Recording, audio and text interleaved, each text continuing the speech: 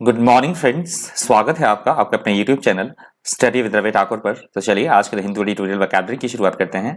आज का जो पहला एडिटोरियल दिया गया था हिंदू का, उसका हेडिंग है a timely warning on supreme court intervention against clampdown on information. पहला जो एडिटोरियल दिया गया है ये सुप्रीम कोर्ट के हस्तक्षेप के बारे में दिया गया है। सुप्रीम कोर्ट ने अभी केंद्र सरकार और राज्य सरकारों को ये चेताया है कि कोई भी व्यक्ति यदि कोरोना से पीड़ित है और अपनी व्यथा बताता है किसी भी सोशल मीडिया पे किसी भी सोशल मीडिया पे, ट्विटर हो, फेसबुक हो, किसी भी पे अपनी वो व्यथा बताता है, तो उसे आप इस तरह से ना माने कि वो अफवाह फैला रहा है। क्योंकि कुछ एक राज्य सरकारों ने अभी, खासकर इसमें यूपी की बात की गई है कि यूपी के जो मुख्यमंत्री है श्री आदित्यनाथ जी, अ, उन्होंने अभी ये कहा है कि जो भी इस तरह की अफवाह फैलाएगा कि वहां पे किसी जगह पे कोई ऑक्सीजन की कमी है या किसी भी तरह की हेल्थ की जो सुविधाएं हैं उसमें कमी है, तो इस तरह की जो अफवाह फैलाएगा सोशल मीडिया पे उसे कड़ी से कड़ी सजा दी जाएगी, उसे जेल में डाल दिया जाएगा। तो इस तरह की बातें कही गई हैं। पर उसके उलट सुप्रीम कोर्ट ने कहा है कि ये सुप्रीम कोर्ट के आदेश की अवमानना होगी यदि कोई भी अधिकारी या कोई भी राज्य सरकार या केंद्र सरकार इस तरह से करती है कि कोई किसी की आवाज को दबाने की कोशिश करेगी, तो ये सही बात नहीं है। इस तरह से बातें कही गई हैं तो वो सजा का हकदार होगा, वो कोर्ट की अवमानना होगी। क्योंकि कोई भी व्यक्ति को अपनी जो एक्सप्रेस करने की आज़ादी है, ये कोई प्रॉब्लम में हो तो बता सकता है सोशल मीडिया पे। इस तरह से बातें कही गई है तो इंपॉर्टेंट है, पढ़ लीजिएगा, बहुत ज़्यादा इंपॉर्टेंट एडिटोरियल है। पहला वर्ड है इंटरवेंशन। इंटरवेंशन यहाँ पे नाउन की तरह यूज हुआ है। इंटरवेंशन का मतलब होता है किसी भी तरह का हस्तक्षेप करना, व्यवधान उत्पन्न करना या बीच बचाव करना, उसे बोला जाएगा intervention. Intervention is the act of intervening in a situation that is called intervention. इसके सिनोनिम्स है इंटरफेरेंस, इंटरसेशन और मीडिएशन। इंटरफेरेंस, इंटरसेशन और मीडिएशन इसके सिनोनिम्स है। एंटोनिम्स है नॉन इंटरफेरेंस और नॉन इंटरवेंशन, इसके एंटोनिम्स है इंटरवेंशन वर्ड के। अगला शब्द है क्लैंप डाउन। क्लैंप डाउन यहाँ पे नाउन की तरह यूज हुआ है। क्लैंप डाउन का मतलब होता है किसी भी चीज की रोकथाम करना, नियंत्रण के लिए कड़ी कार्रवाई करना, किसी को कंट्रोल करने के लिए कड़ी कार्रवाई अमल में लाना, उसको बोला जाएगा clamp down. A clamp down is a sudden restriction on a particular activity by government और other authority, that is called clamp down. Clamp down के सिनोनिम्स है क्रैक डाउन, सपरेशन और restriction. Crack crack down, suppression और restriction इसके synonyms है। Antonyms है aid, help और support. Aid, help और सपोर्ट इसके एंटोनिम्स है क्लैंप डाउन वर्ड के। अगला शब्द है डिसमिनेशन। डिसमिनेशन यहाँ पे नाउन की तरह यूज हुआ है। डिसमिनेशन का मतलब होता है किसी भी चीज का तेजी के साथ फैलना, प्रचार होना, प्रसार होना, विस्तार होना, उसको बोला जाता है dissemination. The opening of a subject to widespread discussion and debate, that is called dissemination. Dissemination के synonyms है diffusion, distribution और circulation. Diffusion, distribution और circulation इसके synonyms हैं। Antonyms है collection, gathering और crowd. Collection, gathering और crowd इसके antonyms हैं dissemination word के। अगला शब्द है डेस्पोटिक। डेस्पोटिक यहाँ पे एडजेक्टिव की तरह यूज हुआ है। डेस्पोटिक का मतलब होता है निरंकुशता होना, अन्याय की स्थिति होना या स्वेच्छाचारी होना, उसको बोला जाता है despotic. If you say that someone is despotic, you are emphasising that they use their power over other people in a very unfair or cruel way, that is called despotic. despotic despotic के synonyms हैं dictatorial, autocratic और arbitrary. Dictatorial, autocratic और arbitrary इसके synonyms हैं। Antonyms हैं democratic, electable और accountable. Democratic, electable और accountable इसके एंटोनिम्स हैं डेस्पोटिक वर्ड के। अगला शब्द है हमारे पास डिटेन्ड। डिटेन्ड यहाँ पे एडजेक्टिव की तरह यूज हुआ है। डिटेन्ड का मतलब होता है किसी को जेल में डाल देना, किसी के खिलाफ कोई कड़ी कार्रवाई करना, नजरबंद कर देना किसी को, उसे बोला जाएगा detained. When people such as the police detain someone, they keep them in a place under their control, that is called detained. Detained के सिनोनिम्स है अरेस्टेड, इम्प्रिजन्ड और डिटेंशन। अरेस्टेड, इम्प्रिजन्ड और डिटेंशन इसके सिनोनिम्स हैं। Antonyms है available और bored. Available और bored इसके एंटोनिम्स हैं डिटेन्ड वर्ड के। अगला शब्द है डिसरेप्यूट। डिसरेप्यूट यहाँ पे नाउन की तरह यूज हुआ है। डिसरेप्यूट का मतलब होता है किसी तरह की बेइज्जती करना, किसी की बदनामी करना, अपमान करना या अप्रतिष्ठा, उसको बोला जाता है डिसरेप्यूट। If something is brought into disrepute or falls into disrepute, it loses its good reputation because it is connected with activities that people do not approve of. That is called disrepute. Disrepute के synonyms हैं shame, discredit और disgrace.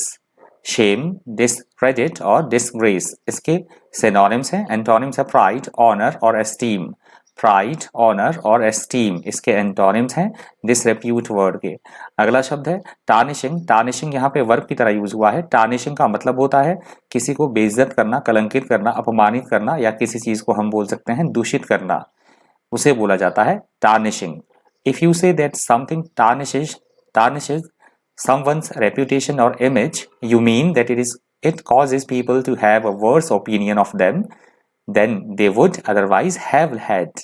That is called tarnishing.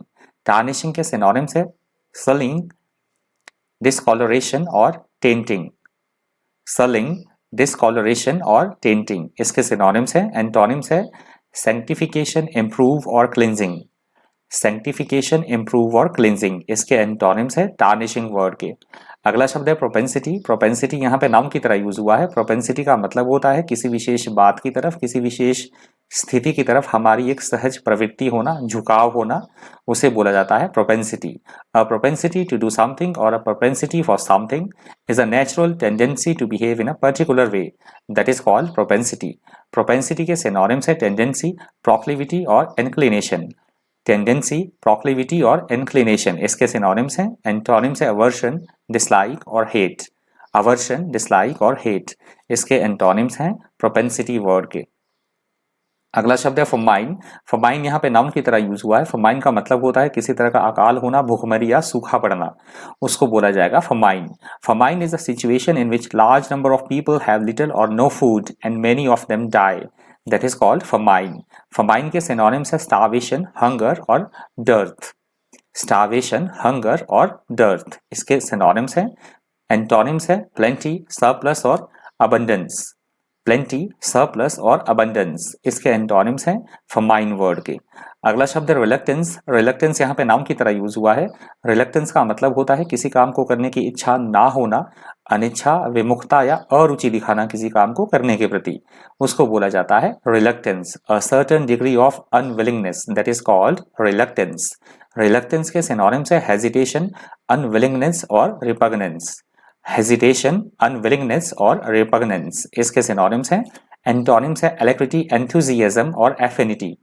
alacrity, enthusiasm और affinity इसके antonyms हैं reluctance word के। अगला शब्द है calamitous। calamitous यहाँ पे एडजेक्टिव की तरह यूज हुआ है। calamitous का मतलब होता है ऐसी कोई बात या ऐसी कोई स्थिति जो बेहद नुकसान पहुंचाने वाली हो, विध्वंसकारी हो, दुखद हो, आपदाग्रस्त हो, उसे बोला जाएगा calamitous।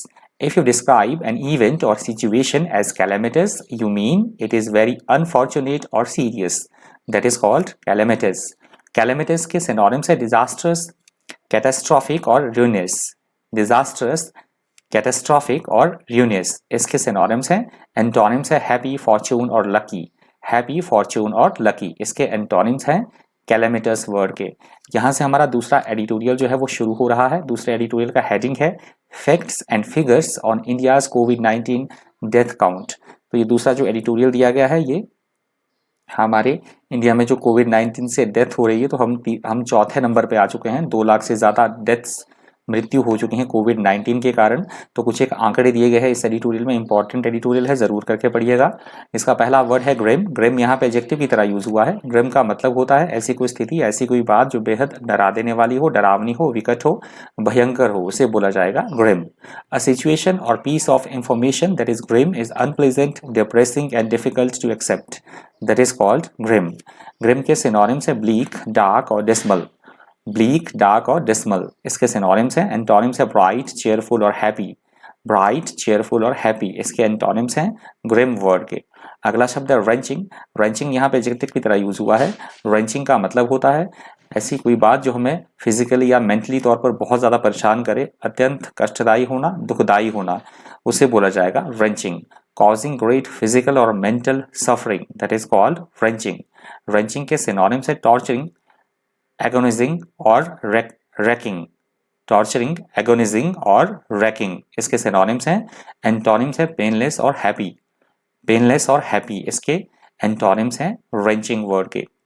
अगला शब्द है ऑफिसकेट। ऑफिसकेट यहाँ पे वर्ब की तरह यूज हुआ है। ऑफिसकेट का मतलब होता है जानबूझकर किसी बात को या फिर किसी स्थिति को जटिल या अस्पष्ट बना देना या किसी को उलझन में डाल देना, भ्रांति पैदा करना किसी चीज के प्रति, उसे बोला जाएगा ऑफिसकेट। To obfuscate something means to deliberately make it seem confusing and difficult to understand. That is called obfuscate. Obfuscate के synonyms है obscure, cloud और confuse. Obscure, cloud और confuse. इसके synonyms है, antonyms है interrupt, clarify और enlighten. Interpret, clarify और enlighten. इसके antonyms है obfuscate word के। अगला शब्द है डॉज। डॉज यहाँ पे वर्ब की तरह यूज हुआ है। डॉज का मतलब होता है किसी भी काम को करने से बचना, या फिर हम बोल सकते हैं अपनी रिस्पॉन्सिबिलिटी, अपनी दायित्व से विमुख होना, भागते रहना, उसको बोला जाएगा dodge. If you dodge something, you deliberately avoid thinking about it और dealing with it, often by being deceitful, that is called dodge. Dodge के सिनोनिम्स है इवेड, अवॉइड और साइड स्टेप। इवेड, अवॉइड और साइड स्टेप इसके synonyms हैं। Antonyms है face, confront और accept. Face, confront और एक्सेप्ट इसके एंटोनिम्स हैं डॉज वर्ड के। अगला शब्द है एंडेवर। एंडेवर यहाँ पे वर्ब की तरह यूज हुआ है। एंडेवर का मतलब होता है किसी भी काम को करने में पूरा जी तोड़ से मेहनत करना, कठिन प्रयास करना, भरसक प्रयत्न करना, उसको बोला जाता है endeavour. If you endeavour to do something, you try very hard to do it, that is called endeavour. Endeavour के सिनोनिम्स है स्ट्राइव, अटेम्प्ट और एफर्ट। स्ट्राइव, अटेम्प्ट और एफर्ट इसके सिनोनिम्स हैं। एंटोनिम्स है सरेंडर, गिविंग अप और ignore. Surrender, giving up और ignore इसके एंटोनिम्स हैं एंडेवर वर्ड के। अगला शब्द है हैवॉक। हैवॉक यहाँ पे नाउन की तरह यूज हुआ है। हैवॉक का मतलब होता है किसी भी तरह की स्थिति जो विनाशकारी हो, विध्वंसकारी हो, तबाही लाने वाली हो, उसे बोला जाता है havoc. A situation in which there is a lot of damage और confusion, that is called havoc. Havoc के सिनोनिम्स है केओस, डिस्ट्रक्शन और डेवास्टेशन। केओस, डिस्ट्रक्शन और डेवास्टेशन इसके सिनोनिम्स हैं। एंटोनिम्स है रिसरेक्शन, काम और रिहेबिलिटेशन। रिसरेक्शन, काम और रिहेबिलिटेशन इसके एंटोनिम्स हैं हैवॉक वर्ड के। आज की द हिंदू ट्यूटोरियल वोकैबुलरी का अंतिम शब्द है अनपैलेटेबल। अनपैलेटेबल यहाँ पे एडजेक्टिव की तरह यूज हुआ है। अनपैलेटेबल का मतलब होता है ऐसी कोई स्थिति या ऐसी कोई बात जो अरुचिकर हो या अप्रिय हो, अनप्लीजेंट हो, उसे बोला जाता है अनपैलेटेबल। यदि हम भोजन की सेंस में लेते हैं तो ऐसा भोजन जो अस्वादिष्ट हो, जो हमें बिल्कुल भी टेस्टफुल ना लगे, बिल्कुल भी टेस्टी ना हो, ऐसे भोजन को भी हम बोलेंगे unpalatable. If you describe an idea as unpalatable, you mean that you find it unpleasant and difficult to accept. That is called unpalatable. Unpalatable के synonyms है distasteful, unpleasant और disagreeable. Distasteful, unpleasant और disagreeable इसके synonyms है। Antonyms है delicious, pleasant और palatable. Delicious, pleasant और palatable इसके antonyms है unpalatable word के। तो ये अनपैलेटेबल वर्ड आज की द हिंदू ट्यूटोरियल वोकैबुलरी का अंतिम शब्द था। तो इसी तरह के इन्फॉर्मेटिव वीडियोस के लिए बने रहिए चैनल पर। Thank you, thanks for watching.